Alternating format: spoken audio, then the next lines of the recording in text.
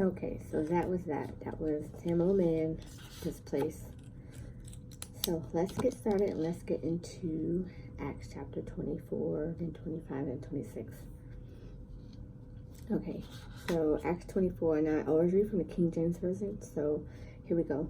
And after 5 days, Ananias the high priest descended with the elders and with certain orator named Tertullus, who informed the governor against Paul.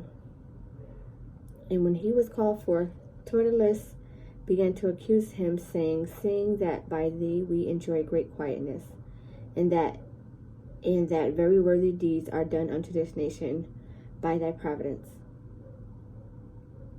So basically, Ananias brought Paul to Felix, who was governor and head over like that, the region that they were going to, and they basically were, Ananias brought Paul there to be set free, to be not condemned for the things that the Gentiles and the Jews were saying that he was committing in the previous chapters, and they were doing an uproar, and they wanted to stone Paul, and they wanted to bound him because they felt, envy and jealousy and, all the such of people who are non-believers. So they pretty much was trying to bring him to a new town, Felix, who was the governor. But then you have a guy named Tertullus, or Tertullus, however you say it, as Ananias was trying to explain to the governor Felix, saying, hey, the brethren are trying to accuse him of X, Y, and Z, but he has done no such thing. But then you have Tertullus, which is a guy, I believe, from that city, that town, who was trying to say, no, we did hear about you, you're causing the uproar. So Ananias brought Paul to a place where they thought that he would be set free, but then you have another person who's trying to come into agreement with what the people who were trying to kill Paul was saying. So he's going, no, we know you. We've heard, the things and the commotions and things that you are causing. So basically, he was trying to solidify the people's uproar, where he had left them back home.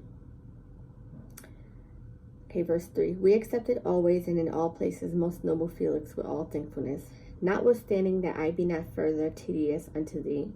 I pray thee that thou wouldest hear us of thy clemency of few words.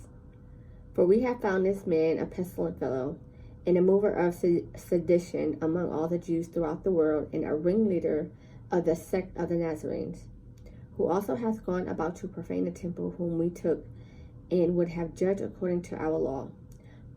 But the chief captain Lysias came upon us, and with great violence took him away out of our hands, commanding his accusers to come unto thee by examining of whom thyself mayest take knowledge of all these things, whereof we accuse him.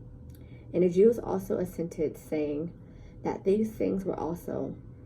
Then Paul, after the governor had beckoned unto him to speak, answered, For as much as I know that thou hast been of many years a judge unto this nation, I do the more cheerfully answer for myself, because that thou mayest understand that there are yet but 12 days since I went up to Jerusalem for to worship. And they neither found me in the temple disputing with any man, neither raising up the people, neither in the synagogues, nor in the city. Neither can they prove the things whereon they now accuse me. But this I confess unto thee, that after the which they call heresy, so worship I the God of my fathers, believing all things